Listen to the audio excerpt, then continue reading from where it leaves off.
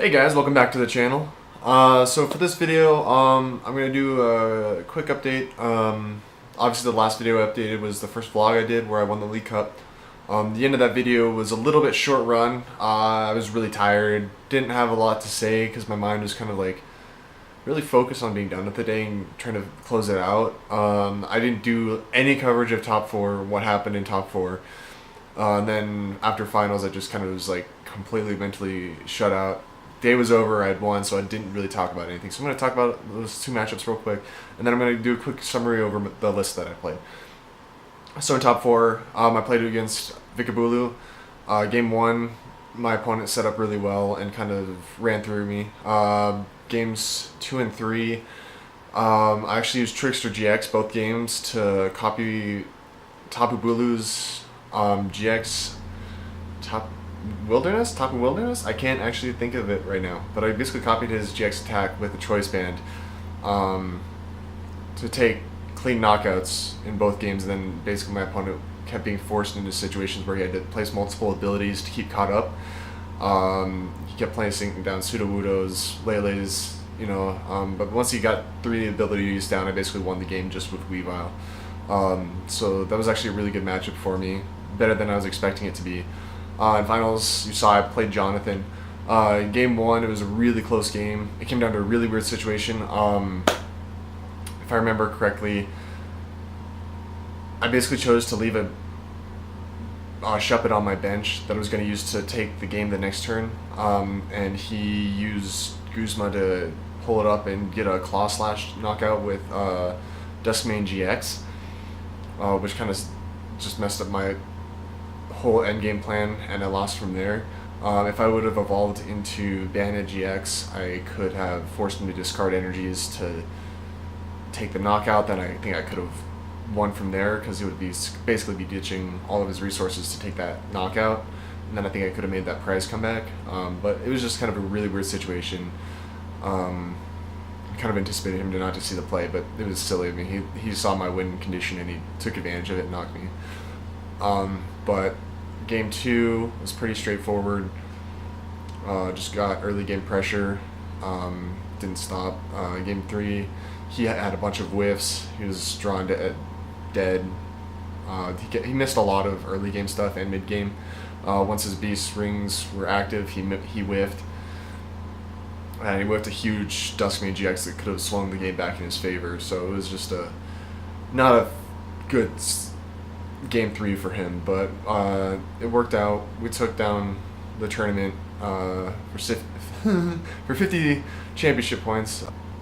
But anyway, so now I want to take a second and go over the deck list real quick. Hopefully, in my very poor video editing skills, I'll be able to somehow get my list up right here. Maybe try to keep my head up in the corner here, but basically I'm going to go over it. So, as you can see, it's a little bit of a weird list. Pokemon line isn't terribly standard, but it's kind of hard when you're running 3 stage 1s to kind of find a nice balance. My main target for this deck was to counter mainly, like I talked in the last video, Ray GX, as well as potential Zoroarks and just about general standard stuff, like Beast Box. That's why I ran Banette, was to counter Beast Box, just for that weakness. Without being weak to Psychic. That was the main idea with that. And Banette is really good. Anyway, I'll get to that. Alright, so as you can see, my Zoroark line wasn't terribly standard. It was a 4-3. I chose to go with the 4-3 because I'm really never setting up more than 2 Zoroark in a game, so I can afford to have 1 prize, and then have decent access to the other 3. It's not necessarily something I need to set up immediately, especially with Weavile getting a lot bigger now. So I don't want to have a ton of Zoroark set up, just because if I do happen to go against Weavile, that's just going to be tough. If I want to be able to run the deck on I don't know how to put it. I don't want the deck to be fully reliant on Zoroark. That was my main idea. So I just ran that 4-3. Then you see the 2-2 Weavile. Went for pretty slim lines on the Weavile and Banette, just so I could fit both of them in there and keep a balance. I actually didn't have any issues with that all day. I think anytime I only just prized 1 piece of each set. I might have had a game where I prized both Sneasels, but I think it was a game where I was able to pull some cards or pull some moves that still were played out for me. So, but yeah, the 2/2 Weavile, like I said, Weavile is in there. It's a fantastic card against Zoroark. It basically just punishes any deck that is relying on abilities. So Zoroark, Vikavolt. I mean, it punishes things like Metagross. Definitely punishes Malamar. Malamar gets absolutely eaten alive by Weavile. But yeah, it just punishes any deck that runs abilities and it decides to go heavy with those abilities, or is super like Vikavolt. Like that was the main idea with running Weavile, was for Vikavolt. The 2/2 Banette line, like I said, that was for weakness against psychic attackers, like potentially Buzzwole, Naganadel, anything psychic weak. But also the nice thing with Banette, and I caught a lot of people with this play because nobody expects it. Basically, Banette's attack, it does 30 plus 10 for every supporter in your discard pile, but it can only do an additional 100 damage, so it caps out at 130. Well, with a choice band, that puts you at about 160. The nice thing about Banette is that his ability is Shady Move, which allows you to move one damage counter anywhere on the field to anywhere else on the field. So what the play was that I did most of the day, and I took a lot of games with this play, was I would basically pull off Rainbow Energy, Choice Band Guzma on a Lele. And basically how you get the math there is you move that single damage counter using the ability. You basically take that Rainbow damage counter, move it onto the Lele, and then you're swinging for 130 plus an additional 30, coming out to 160, and you basically swing for 170 out of nowhere. Nobody sees the play coming. It's a fantastic card. If people don't know about this move, they should. It is a fantastic card. Single energy, you can just kill a Lele out of nowhere. No real requirements or anything. It's a really free kill. I'm going to turn on the light here. Yeah, so Banette is a really splashable card if you can fit it into a deck. It's very good against Lele's. It's got a great ability. It's got a great attack. It's just a good card in general. It worked really well for me. As far as my techs go, Tapu Lele, I did not use a single. I mean, I think I used it once to swing for like 90 on something non-weak. I basically just attached energy to it and a choice band, and I did a little bit of pick damage. It wasn't a huge deal. Honestly, big thing was I didn't play against Rayquaza, so I didn't really have a use for it. I think in a Rayquaza heavy format, Tapu Lele is really good, especially in this deck. It just gives you that extra out to take a free swing on a Rayquaza. All they need is 3 energies for you to just one-hit KO it with a choice band. So it's a great attacker. I just didn't have any use for it during the day. Buzzwole, it's decent. Buzzwole's weird because a lot of people can play around it. I think as a tech card, Baby Buzzwole is middle of the line. I'd almost go with Big Buzzwole GX. It's just a better attacker overall. I don't know what else to say. Just people can play around Baby Buzzwole really easily, especially if you're running EX GXs. They will. If you want to play it, you have to play it where you pull it out of nowhere. If you bench it down, people will start to play around it. So against the Zoroark mirror, they'll just target down 3 prizes before they target down 2. So they'll target down something small like a Zorua, and then they'll target down your Zoroark to take that 3 prizes so it doesn't activate the Buzzwole, so that they don't have to worry about that damage output.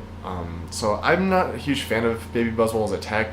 It's really good in a standalone deck where you're just running non-EX GXs, so they're forced into that 4 prize scenario where you can just start swinging really hard. But aside from that, I don't like it a lot, honestly. But you know, it's a decent card. It's a decent card, just not a great tech card. I wouldn't run it as a tech in the future in this list, probably.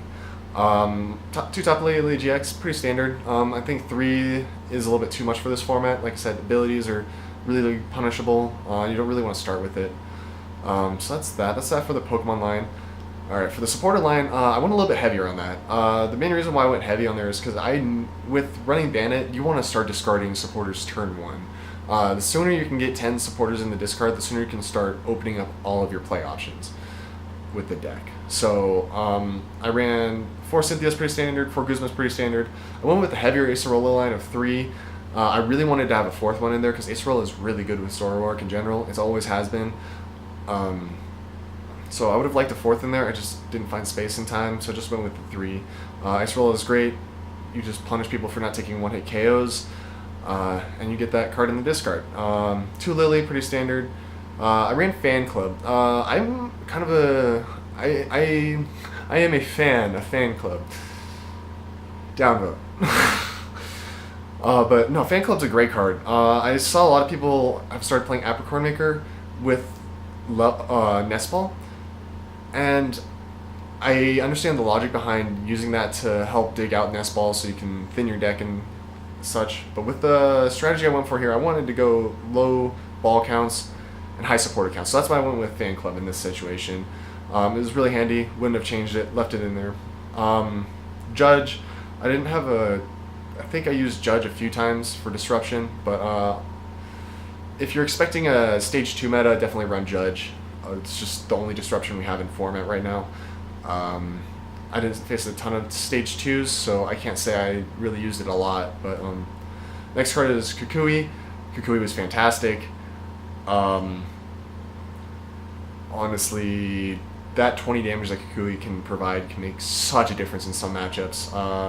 Zoroark swinging for a potential of 150, Weavile getting a little extra damage to potentially knock out a Lele. It's just, there's a lot of different scenarios where Kukui is just fantastic.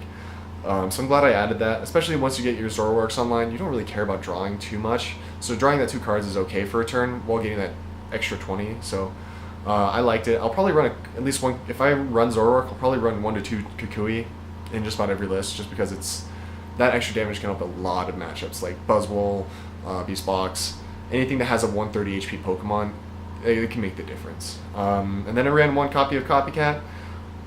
Copycat, I think it's still up in the air as far as its use in the format. I think against Zoroark mirror matches, it's really good, because Zoroark just gets a fat hand. Mid-game, Zoroark's hand is huge, so having Copycat to copy that is really, really good. But also at the same time, when you're running Zoroark, mid-late game, you're just running off of things like Ace Roll and Guzma to make your plays. So I don't think Copycat's necessarily needed, but it's definitely a good card for mid-game, late-game draw. I ran 4 Acrobike. Acrobike was meant to be extra draw support, kind of speed up the pace of the deck while helping get supporter cards in the discard. It's a good card. I don't know what else to say. It's a good draw card. Streamlining them in 1 turn is great. I think the only matchup that it would hurt against is Garbodor, but if you're not expecting Garbodor, it's a fantastic card. 4 Ultra Ball, pretty standard. 3 Choice Band. Choice Band is really needed for the deck. It just provides the right numbers for so many matchups. With Weavile, against something like Ray or Bulu, all they need is 3 abilities on the field for you to just need a Choice Band to take the knockout. So Choice Band's great for that, and then Choice Band, like I said, is great for Banette. Being able to take that 1 shot on the Lele is a fantastic play. Most people don't see it coming, so having 3 Choice Band, so you have a reliable accessibility to the card is probably very much so needed. I would argue it's needed. Let's see. Then I ran 1 Mysterious Treasure, 1 Nest Ball, and then 1 Stretcher. The Stretcher is pretty standard. With Mysterious Treasure, since I was running a Psychic Attacker as well as Lele, I figured just running 1 Mysterious Treasure was okay. It worked out pretty well, mainly just making Lele plays with it. Then the 1 Nest Ball. I want a second Nest Ball on this list. If I were to play this list again, I would definitely want a second Nest Ball. I'm not sure what I would cut for it, but having a second Nest Ball would be really handy. I get why a lot of Zoroark decks now are playing like 3-4 Nest Balls. It's a really good card for Zoroark, just getting your bench filled up. I did have a few games through the day where like the first 3 or 4 turns, I was struggling to get Pokemon on the bench, just because my low Nest Ball counts. Like I feel like that was the biggest thing that applied to that. So I think I would definitely up that. Maybe just drop the Mysterious Treasure for a second Nest Ball, and then drop maybe 1 supporter for, and I guess I could maybe drop the Fan Club for a 3rd Nest Ball. But like I said, supporter count's kind of needed with Banette. But yeah, that was probably one of the big changes I would have made, is add a Nest Ball. The other thing I want to change about this list, and I had a lot of comments on it, is that I wasn't running Devoured Field. I almost threw in Devoured Field before the tournament, but I changed my mind. I just couldn't have decided I wouldn't need it for the math, but I got really fortunate because I didn't run into any Shrine of Punishments. With Shrine of Punishment, you definitely need to have a counter stadium. If you're running a EXGX heavy deck, you need to have a counter stadium. And so I think going into some future tournaments, if I were to run this list, I'd definitely try to work into Devoured Fields, but that'd probably be one of the biggest changes I would make. It's really hard because this list is really tight for what you're trying to accomplish, but you could probably make some changes to the energy line, but that's the only change. Energy and support line is probably where you could cut it, but that's all I'm seeing you could really do. As far as energy line goes, 4 DC is pretty standard. 4 Rainbow for a deck like this is pretty standard. Like I said, Rainbow is fantastic with Banette's ability. It just has so much synergy, and then it just gives you access to all of your attacks. Then I ran 2 of the unit Fairy Fighting Darkness. I did this just because of the array of attackers I was using. Weavile, and then having access to using Buzzwole and Lele.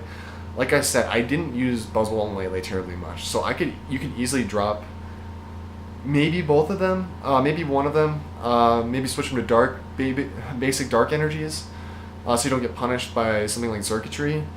But that was the energy line. I like the energy line. I did find myself discarding energies a lot mid-game, but it was okay because I did run that thicker energy line, so it did give me options on mid to late game trades, aggro bikes and such. Like I could feel comfortable discarding a unit energy because I knew I still had 4 rainbow energies in the deck. But yeah, so overall, I'm really happy with the list. Like I said, there's a few changes I would have liked to have made, or I would make to the list going forward. But yeah, it was a little side note. So I know the last video I said I had a league challenge this past week, or this week. But basically something happened. I was informed that there was a card store that was planning to schedule the league challenge while Philly was going on, because not a lot of people were going to Philly, and it just worked out for a lot of people. It turns out they scheduled it for the week after when I have the Pueblo League Cup. So I didn't get a league challenge this weekend, which is kind of a bummer. I was hoping to pick up at least 10 championship points off of it, 12, however many it is, 10. I think top 4 gets 10. I was hoping to pick up 10 championship points off of it, but it didn't happen, so I'm a little bit bummed out. But it's okay. We've got a League Cup in a few days down in Pueblo, like I said. As far as where I'm at with deck choices, I'm not 100%. I have an idea that I'm working with right now, but I'm not 100% sold on it, but it's a fun play. I'll talk about it more when the day comes, because obviously a lot of things can change, and I mean, I could end up playing like something silly like Quad Wishy-Washy, but I won't do that. But yeah, so we got a League Cup this weekend, Missed League Challenge. But yeah, so I think that covers about everything. If you guys like the video, make sure to leave a like. If you guys have any suggestions, anything you want me to cover or talk about for a future video, leave it in the comments. But yeah, thanks for watching, guys, and I will see you in a few days. Where's that button?